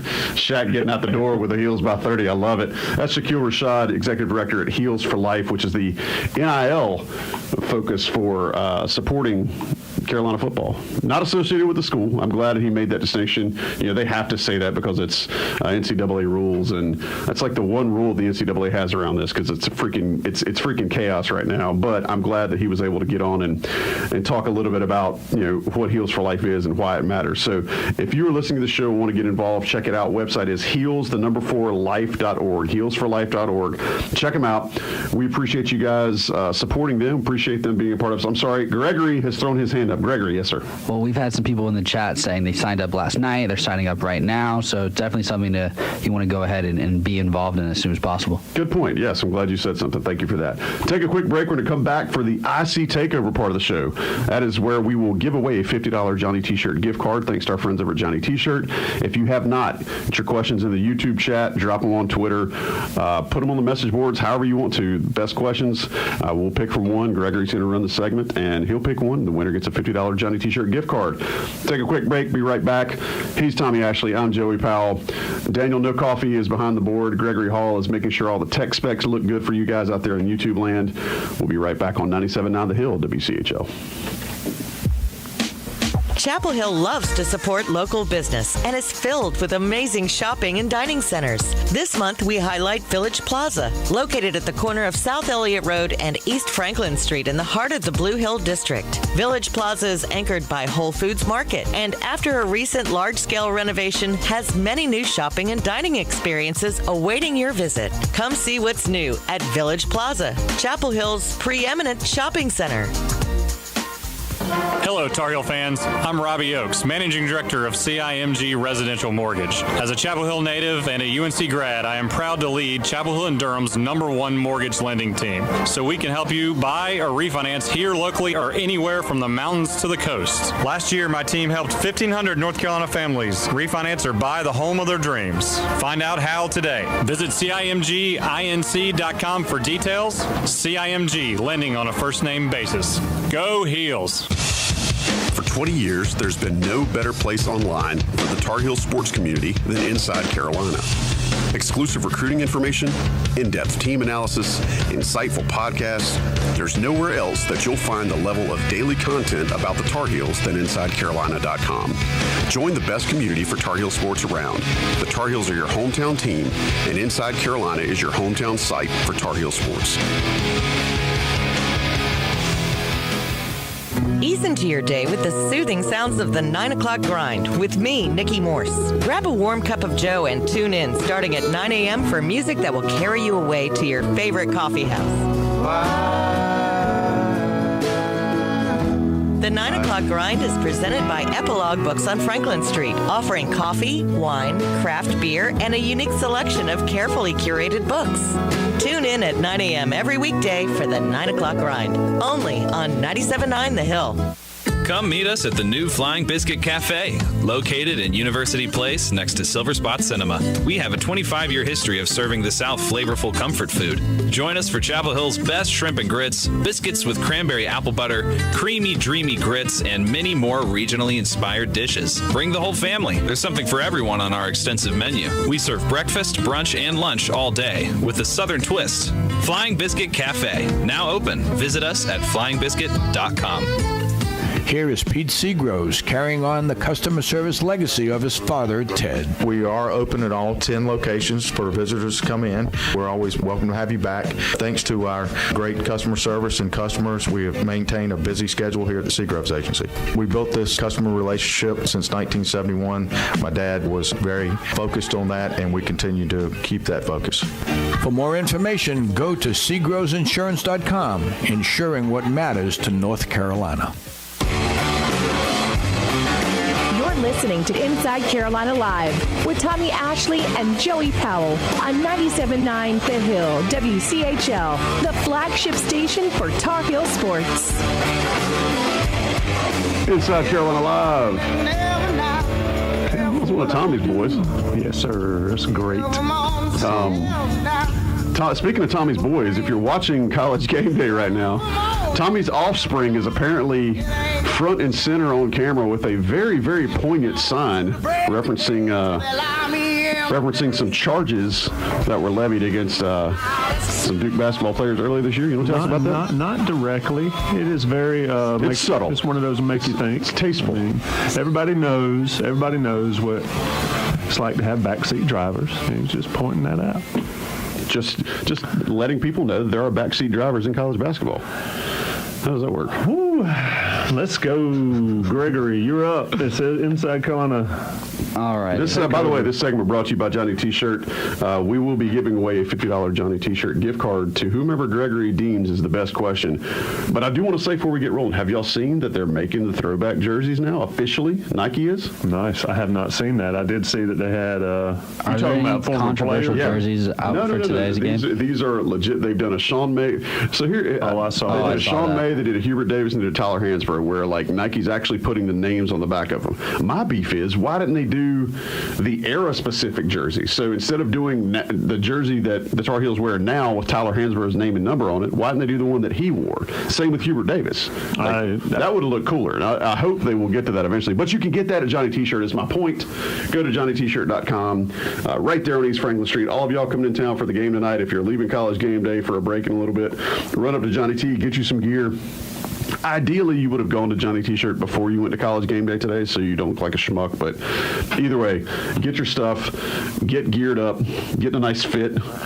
Be looking good when you're on camera when you walk into the Dean Dome tonight for the big game. All right, with that said, handing it over to lowercase G for the IC Takeover. Since you guys started this segment by talking about charges, we're going to go with something that potentially gets people charged a lot. So, Hugh Kelly says, the betting line is Duke -3. How much would it change if they sold beer in the Smith Center?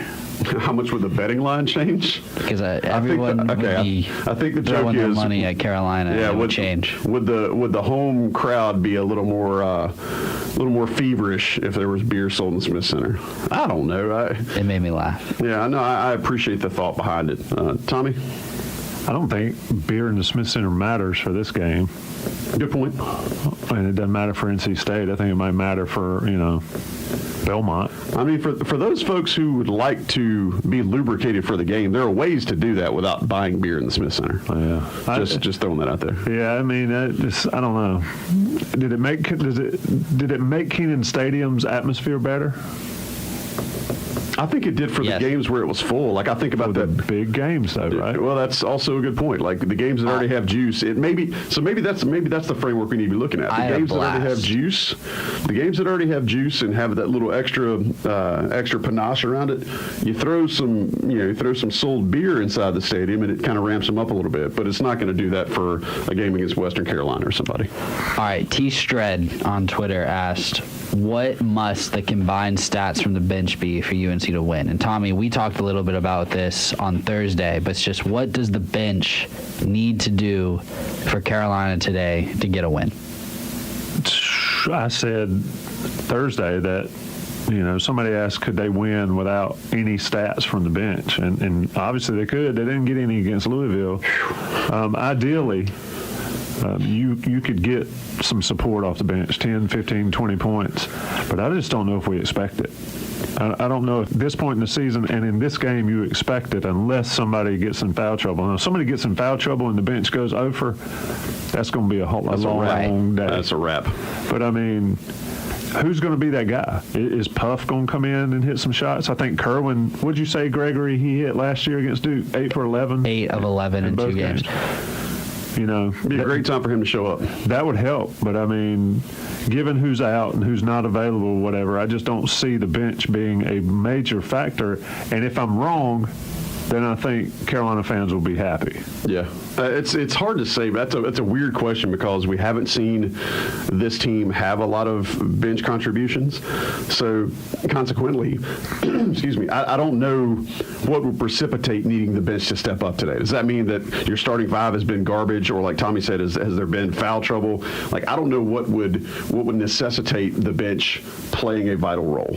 And I think that it's hard to say, you know, is just because Kerwin comes in, plays 10 minutes and, you know, catches fire while he's in there, or is it because there's been foul trouble, you're having to see a guy like, you know, Puff play, or you're having to see Kerwin Walton play extended minutes? That's too big of a nebulous question for me, and I don't know that my small brain can entertain that. I said it on Thursday, and I'll say it again. The only thing the bench needs to do is not be a liability on defense when they come into the game. That's fair. Because it was at Wake Forest when they played in the first half. They got scalded. And they got destroyed. Yeah. To be fair, everyone else did too, but they specifically got destroyed. Yeah. And Huber was like, that's why I didn't play him in the second half, because we couldn't have that happen, even though the starters didn't do anything better, but still.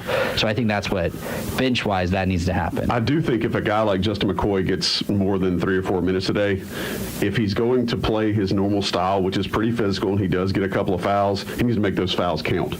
I'm not saying go in there and goon it up, but if you're going to get fouls against this team, they can't be touch fouls. They can't be fouls 50 feet from the basket. Like, take your fouls, but make them count. All right. Eric Rust. I believe I'm pronouncing that right. Most important, everyone gets a pick here. Everyone gets an answer. Most important player for UNC today. Brady Manick. Okay. I just think he absolutely, if he ends up guarding Banchero at all, he can't get cooked. He's got to keep his feet. He's got to be able to move his feet, but he's also got to contribute in a major way offensively. I think if he's hitting 3-pointers and he's forcing Banchero to move on defense, that could work in UNC's favor when Duke has the ball, because Banchero is going to be a little more stretched. Who knows? Tommy? Caleb Love. And Caleb Love from here on out. Every game. I mean, he's got to start fast. He's got to be he can be a net negative if he doesn't hit shots early. Yes. He's gotten better at that. Louisville was some major growth, but I think Caleb Love is very important. Look how he played last year in the 2 Duke games. Yeah. And granted, this is not the same Duke team, which kind of sucks about college basketball these days. Is this a completely different Duke team? But Caleb Love's got to be the guy. And he's got to be the guy from the time the ball goes up. We've talked about on the Coast to Coast, man. I think Sherelle has said it that, Armando Bacot is the engine, but Caleb Love absolutely dictates what this team's ceiling and what its floor is. I think it's a good call. My answer, obviously Bacot's an obvious answer, but I'm going RJ Davis just because, 1, he will be the smallest player on the court at all times, and 2, because of that, 1, he can't just get blown by defensively, which is what we've seen at times, just because guys if Duke switches, which they like to do a little bit, and then they switch and get like Wendell Moore on RJ, that could be, or RJ on Wendell Moore, that could be an issue. But then offensively, he needs to make the smart passes and limit his assist to turnover ratio, and not limit it, but have a good maximize his assist to turnover ratio on the assist side. So I'm going RJ Davis. I got you. A little Robert John Davis. Yeah, and I was going to talk about that later in the show, but RJ Davis is a matchup problem across the board. I mean, Jeremy Roach is the only guy for Duke that plays that's his size or similar size. And so we'll see how that goes on the defensive end, but you nailed it there. I think that's very important. I still take Caleb Love, given how he's mercurial if he's hot. Because he has the ability to, take over a game, right? RJ doesn't necessarily have that. Slow down now. I said doesn't necessarily have that. He's got microwave tendencies. There is one part of RJ Davis's game that has not worked, and that's going in the lane amongst the bigs. I love the way he attacks the rim. The other night against Louisville, if he does a simple reverse layup, that game never Mark gets Williams over. is going to swat. And that's why his you can't go. today. You can't go straight to the rim, but you can't fault the guy's attacking ability and attacking mindset. Gets him in trouble some, gets him fouled hard, gets him not fouled hard, and still ends up on the court. It's a good take. I think the bottom line is everybody's got to play well today. Sure. And by everybody, you mean the starting five. Everybody on the roster. Yeah. If you're wearing a Carolina uniform today, you got to. The guy's wiping the floor. You got to wipe that floor real well today. You can't half step it. Shout out our guy George Miller. He comes in at 11:30 every time we do the show and says good morning. So shout out George. What's up, George? He must live on the West Coast or something. All right, Isaac Irby. You can only win one game against Duke, right? UNC wins one of the two games, and maybe they meet in the ACC tournament. But Smith Center or Cameron, which one are you picking? Cameron. This year, Cameron. It's not a question, it's Cameron. What was the question again? If UNC can only beat Duke once. We're doing a show here, Tommy. I don't know if you... And they're guaranteed to beat Duke once, but not twice. Which game would you rather UNC win? 100% at Cameron. Yeah. 100%. That would be too delicious to pass up. Put it on the football side. How many times do Carolina football fans remind Virginia Tech fans that they beat Beamer in his last game? Yeah, it matters. Yeah. If Carolina could get that one in Cameron, that's a big deal. That would live in eternity. That's the type of thing that will make Kay come back and coach another year. Yeah. UNC is 48-49 against Coach K all time. So if they win both games, they'll finish above 500. That's a hell of a stat. I think technically that Duke claims it's 46-49 well, because of Pete Gaudette. But somebody was out. I'm just going off of Steve Kirshner's stats. Yeah. There's some back issues there. Depends on whose record book you're reading. Right. And who's driving the car. Yeah. Okay, let's see here. And while you're looking for another one... there's one more I wanted to wrap up with. Go ahead. Carolina's talked about people passing away that are pillars in basketball. Linda Woods passed. Oh, yes. Rest in peace. She is an absolute pillar, or was an absolute pillar in that basketball office. So I just wanted to mention that. Folks, if you don't know, you need to read up. There's a great thread on the message boards. She is as Carolina basketball as anybody we've talked about. Linda Woods was at the game against NC State last week, and I saw some folks posing for pictures with her, and I didn't realize that she had become as sick as she was, but she absolutely is just as much a fixture and a part of many generations of Carolina basketball players and Carolina basketball players' families as anyone has ever been. Yeah. I mean, she kept Coach Smith on task. Absolutely was just a big fixture. And all the things that you hear about with Dean Smith being so attached to his players and being so on top of fostering the Carolina family feeling, she was a crucial part of that because she was the one that made sure Dean Smith was on top of things. You talk about a team mom. Oh, yeah. She's a team mom with, 200, 300, 400 sons on there, and everybody else involved. Thanks for bringing that up, man. I meant to mention her. Haven't read Adam Lucas's story about her mother of the family. This quote from her daughter, Amy Akins, here. Even when mom's health started to deteriorate, the one thing that would perk her up in her last few months was a Carolina event or a visit from a Carolina person. Saturday, which was last week with the 1982 team in town, started off like it might be too much for her on that day, but mid-morning, she said she needed to be at that dinner. She went from not being able to sit up in the bed by herself to getting ready and having this happy determination to see Michael Jordan and everyone there with the 1982 team that, I guess, 40 years ago she was a part of. Pretty cool. She was the team mom for them. I've got a personal story that I won't tell on the air here, but she actually, I've only met her once, but she actually had a really large impact on a really cool Carolina story I've got, but we'll save that for another day. But yeah, definitely appreciate Tommy mentioning her, and wanted to say our thoughts and warm feelings are with her family, and are just so honored by the legacy that she left on Carolina basketball. All right, one more question. It's less of a question and more of a demand from Heels Since 9.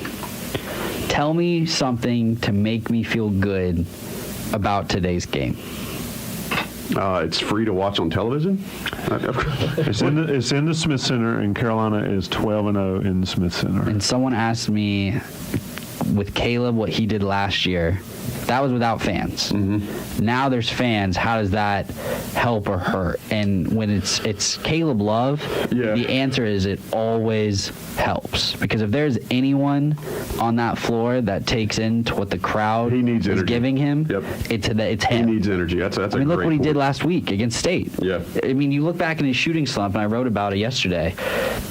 The State game was the one game where he didn't struggle, and that's because he's throwing up the 3 goggles right next to a pissed-off Kevin Keats, and he's just having the time of his life. And if you listen to his interview on Thursday, he was asked what's one word about, like, to describe the anticipation you're feeling, and he went 2 words and said locked in and then said focused. Those were his 2 words. Like, he is ready for this game, and obviously Duke will do something, but that's one thing to make you feel good about this game is kind of his mindset and what he does in big moments. Tommy, I know I'm usually a pillar of flowers and happiness and sunshine. But I got a question. If somebody, needs to be made happy about a Duke-Carolina game, I mean, Duke's a matchup nightmare. Duke's ranked high. North Carolina struggled this year, but, man, that's why they played a game. And you know what? After the game tonight, North Carolina might get boat raced.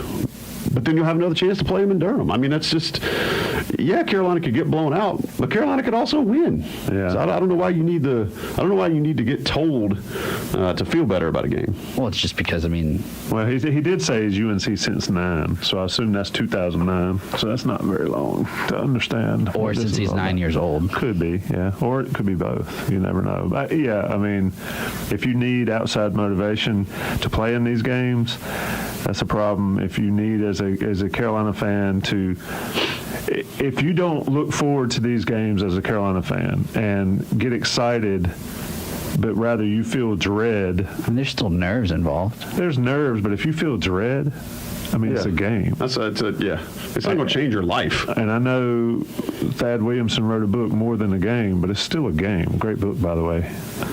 I'll give one more reason to feel good about this game. And 2 of Duke's losses, and 2 of the Duke's losses is when they turn the ball over a lot. Now, that's not anything to feel good about because UNC does not force a lot of turnovers. But Duke does not do a good job of keeping opponents off the offensive glass. They are 245th in the country in defensive offensive rebound percentage, which means when they're on defense, opponents grab offensive rebounds 30% of the time. Now, UNC is obviously not the offensive rebounding teams of the past, but they're still 113th, and, it's still a respectable percentage, grabbing 31% of misses. Well, and I still think also it bodes well for North Carolina when they get offensive rebounds, because usually if they don't put it back in, they're going to the foul line. Exactly. So, all right, we'll pick our winner during this break. Gregory will figure out which of you was the best submitter of questions, and we'll announce that when we get back from this break. But one more segment to go. Inside Carolina Live, Tommy Ashley over there, Joey Powell right here. Appreciate you guys being here and being with us. We'll be right back. You're listening to Inside Carolina Live on 97.9 The Hill, WCHL. Yo, this is Denora Cersei, Carolina alum, and you're listening to Inside Carolina Live. Let's go, baby. This is Tennille Fox with Orange County Animal Services. We have cats that are not social enough to be adopted through our regular program, but we think they would make great working cats if you have a barn, stable, or other structure that could use hardworking felines. Help us save lives by adopting a working cat. Their adoption fees are waived and they are fully vaccinated and sterilized. Call 919-942-7387 for more information. Thanks to 97.9 The Hill for caring about animals in our community. The Tar Heels. Here comes Carolina. Are here. One dribble. Goes back up and scores. Catch the 6-time national champion Tar Heels in action. Right down the lane. What a tough pass. Pulls up at the elbow. Has his shot in against the glass. All season long. Back to Caleb for the tomahawk. Hello. Right here on your home for Carolina basketball. 97.9 The Hill game day broadcast begins with countdown to tip-off with Bryden McConnell. 90 minutes before each game. Here is Pete Seagroves carrying on the customer service legacy of his father, Ted. We are open at all 10 locations for visitors to come in. We're always welcome to have you back. Thanks to our great customer service and customers, we have maintained a busy schedule here at the Seagroves Agency. We built this customer relationship since 1971. My dad was very focused on on that, and we continue to keep that focus. For more information, go to seagrowsinsurance.com, insuring what matters to North Carolina. Come to the Ackland Art Museum for in-person and virtual events for all ages, including artist talks, art-making opportunities, films, performances, family activities, and more. This spring, the Ackland offers programs related to the exhibition Peace, Power, and Prestige, Metal Arts in Africa. To find out what's coming up, visit ackland.org. Admission to the Ackland is always free. The Ackland. Look close, think far. Well, hey there, sweet thing.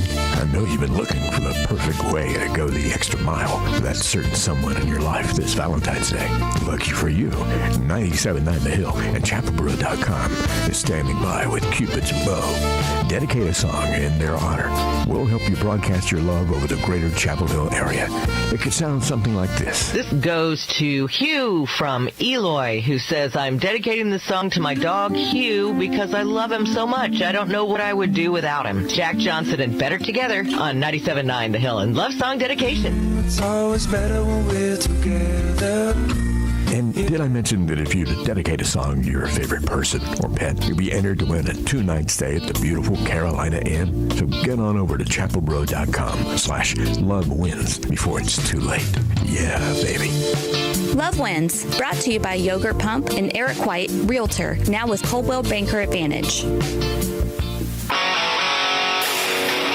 You're listening to Inside Carolina Live with Tommy Ashley and Joey Powell on 97.9 The Hill, WCHL, the flagship station for Tar Heel sports.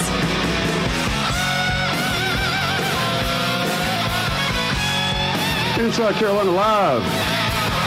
One more segment for you before we get out of here. Getting you ready for Duke Carolina tonight, 6 o'clock on ESPN. We talked about it a second ago, but the line opened at 3.5 in Duke's favor. It's now down to about 3. I think the total is around 151, 151.5. If you care about those things, Gregory, who was our winner for the IC Takeover segment, sir? I always gravitate towards the creative questions that we don't really discuss through the rest of the show. So I'm going to give it to our guy, Isaac Irby, and reach out to him if he has not been a previous winner. So congratulations, Isaac. All right. Well, shout out to Isaac for asking the good question today and making it meaningful, making this segment what it is. But hey, listen, I've just been shown a video by my esteemed co-host Thomas Ashley, Esquire, the Clayton Consigliere, which I just dropped on the message board, by the way. If you would have told me 2 years ago that I would ever see the student section in the Smith Center swag surfing and looking legit, I would have given you every dollar I have to my name to help check you into some sort of rehab facility, because I would have sworn you were hopped up on Quaaludes. But Tommy just dropped it in the message boards. I'm going to drop it on Twitter. There is a video right now of what BDOT has put together in getting the UNC student section at game day swag surfing, and it is impressive. The kids, as they say, are lit. It is wide open in the Smith Center. It would be the only time I've ever seen an environment like that in the Smith Center was the Maryland Snow game, which I believe was way back in 2000. It was. And we talk about home court advantages, and you can talk about how Cameron's a bunch of nerds and dorks and all that kind of stuff, and it's small. But their schools, Michigan State for one, has a similar vibe like this that you see in the Smith Center. I put the Twitter link in the YouTube chat as well. That is what college basketball should be about. And I get how the Smith Center was built. I know who brought all. We know the story. Don't before you add us. Yeah, and I mean I realize that, but that is what college basketball is all about, and it's on fire in there. I couldn't imagine how cool that would be to be a student in there, and quite frankly, it looks like about all of them are in there. Tommy, do you swag surf? I lean to the side. Do you swag or do you surf? I've surfed before. Okay. But like in the water, warm water. I'd do this, I'd fall over, I'd roll down the steps, and it would be over. You were kind of doing this in South Bend earlier this year. We were up there for the football game, weren't you? something like that. Didn't you jump in a river? I wasn't gonna put you on blast like that, but yeah, that's. Hey, one thing I don't do is I take credit for my actions. He does own them. I will give the man credit for that. He owns it, whether they're good or bad. Yeah, you can't change the past, and I appreciate you bringing it up, Joey. Hey, I didn't put you on blast. I was talking about your ability to swag surf that I saw in South Bend, Indiana. Listen, man, big game today. We spent a lot of time talking about it. I think it's been some pretty juicy conversation. I want to go back to the thought that North Carolina can't win this game. Okay, that's kind of hanging me up. Like I'm not. There's a reason Duke is favored, but it's at home. It's in Chapel Hill. North Carolina has players too, right? What am I missing here? Well, I mean, Duke's favored, but look, is a line of 2 or 3 or 3.5 or 4 really favored? Look, this game, the bottom line is Carolina comes out and plays well, they can win this game.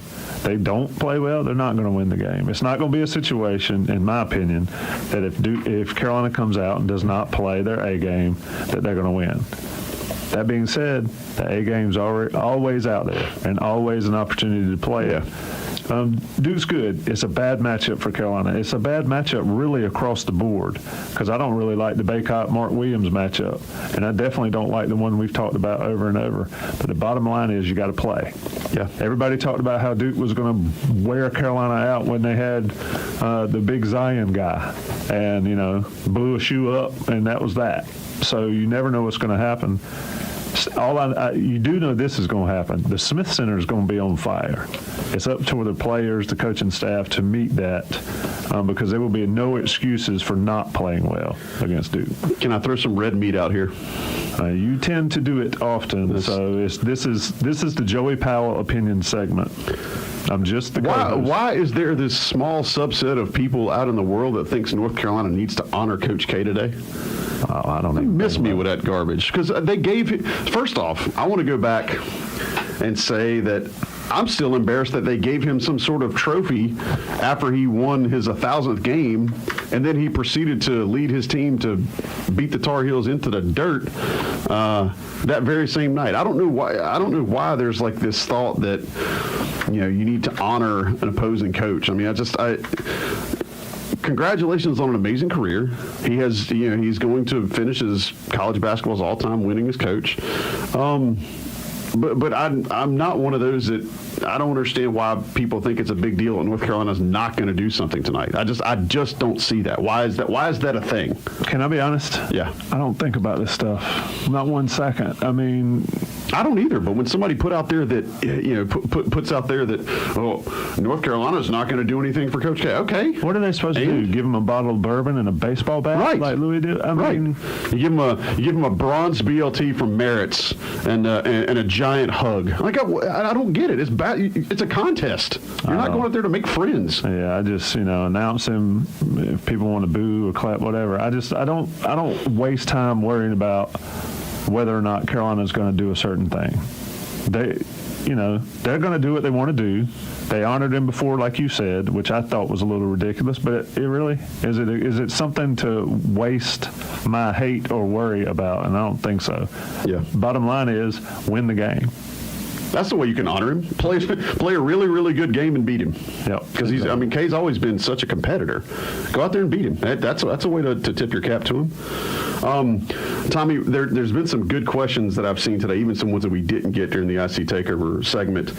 A lot of folks kind of want to see, who's the magic player, who's the surprise player, or whatever. We asked who the most important player was. I think that was a good question. Who do you think the surprise contributor is today? We mentioned, is it Puff? Is it Kerwin Walton? Is it somebody from Duke's roster like a Joey Baker? Who are you predicting to be that guy who etches his name into Duke Carolina lore with some sort of either one spectacular play or a performance today that nobody expected? From Carolina? Either way, just call your shot. I mean, I've said his name a million times. I think Caleb Love is that guy. That's not a surprise. Who am I going to say is a surprise, though?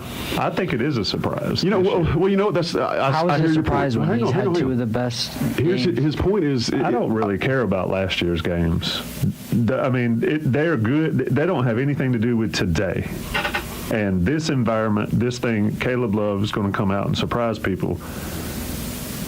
I don't see anybody else on the roster that's going to surprise me. If this team had a deep bench, that's where I think this is a different scenario, because to Tommy's point, if they had a deep bench, there would be a greater potential for somebody to come off and be that surprise player, which North Carolina has shown they just aren't going to go a solid 8 deep. Yeah, is somebody going to surprise me when they get 5 minutes or 10 minutes and get six points and 2 rebounds? Is that a big surprise? Yeah, I think it's more likely to have a surprise from the other side, but I think for Carolina, it's going to come from one of the 5. And I've said it needs to be 3, preferably all 5 play well, but 3 need to have excellent games. But I don't see anybody else getting an opportunity enough to really surprise us. If I'm wrong, it's because somebody got in foul trouble. It's a period. Sure. I think on the Duke side, the most likely to do that is Trevor Keels. Yeah, I mean, did he play in their game against Notre Dame? Yeah. Okay, so he's fully got a game under his belt and coming back from injury. Okay, here's one. I'll shake things up a little bit for you. North Carolina cannot let blank happen and expect to win. What is the one thing that absolutely will sink this game for the Tar Heels? Joey Baker. Well, people named Joey are absolute just freak athletes and superior human beings. I get that, but why Joey Baker? Because he's the type guy that hits shots against Carolina when Duke's good enough to win without somebody like that. He's the guy that hits shots, and they're like, "Are you kidding me?" Yes. And if he does that tonight, Banchero can have his points. Everybody can have his points. You don't need to have anybody else go off. But if Joey Baker is hitting shots against Carolina, that's not going to bode well. So if he's the surprise guy from the Duke side, that's where you're saying that might be the issue? If his name is mentioned in the highlight reel tomorrow, Duke won. Yeah. A lopsided benefit towards the Blue Devils in transition. Because if Duke is just running like, who was it? It was Wake. It was like 22-0 in fast break points at one point, and it ended at like 30-4 in favor of the Deacons. If that happens today, it will be a similar result to that game in Wake Forest. You can't turn it over. You can't have live ball turnovers. I'd rather see somebody throw it in the 5th row and turn it over than throw that lazy pass across court. And somebody pick it off and go the other way. And Hubert referenced that. They've been better protecting the basketball, and I think that's key tonight. Open floor turnovers that lead to runouts are bad news for this team. You're not even giving yourself a chance defensively against a team that already has the athletic advantage. So that would be an issue. Tommy, what's the danger zone number of turnovers tonight? Again, there's going to be some. Like if you're trying to push pace, or if you're trying to, if Duke decides they want to defend tonight, there's going to be turnovers. What's your danger zone number? I think your point right there. If Duke decides to defend, I mean, Duke's not really interested in playing defense. So if Carolina has 15 or so, I think that's trouble. If Carolina has under 10. Yeah, that was my number. If they have under 10, I think this game, I got a feeling, and folks always say this, that I'm pessimist or whatever, but I got a feeling Carolina's either going to win or the outcome's not going to be in doubt at the end of the game. That's the outlook I have on this one. But if they have under 10 turnovers, I think Carolina has a legitimate shot to pull this one off. Well, listen, brother, I don't know how anybody can look at you dead in the face after predicting the Tar Heels to go 12-0 in football last year and say you're a pessimist. I know what Buck says, but I can't see how that's a thing anymore, man. I'm riding for you on that. Well, they did go 12-0. I don't know what games y'all were watching.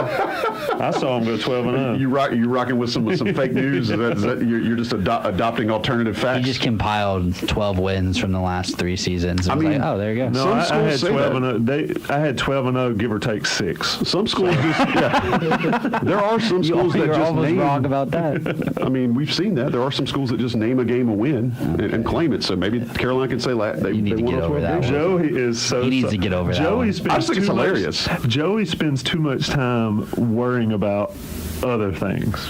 It's fun. It's not fun. It's a waste. It's like, have you ever heard the song "Wasting My Hate"? That's what people do when they think about I'll have to learn how to appropriately dictate my hate then, because apparently Tommy's got it figured out. Tommy, last check before we start to put a bow on the show. Is your son still out of jail? Is he been cuffed, or is he still? He is out of jail and a free man. He said the person behind him won the free tickets to the game tonight, so I guess he won't be in the stands tonight. As I will not. He didn't buy a pencil with a free ticket attached to it.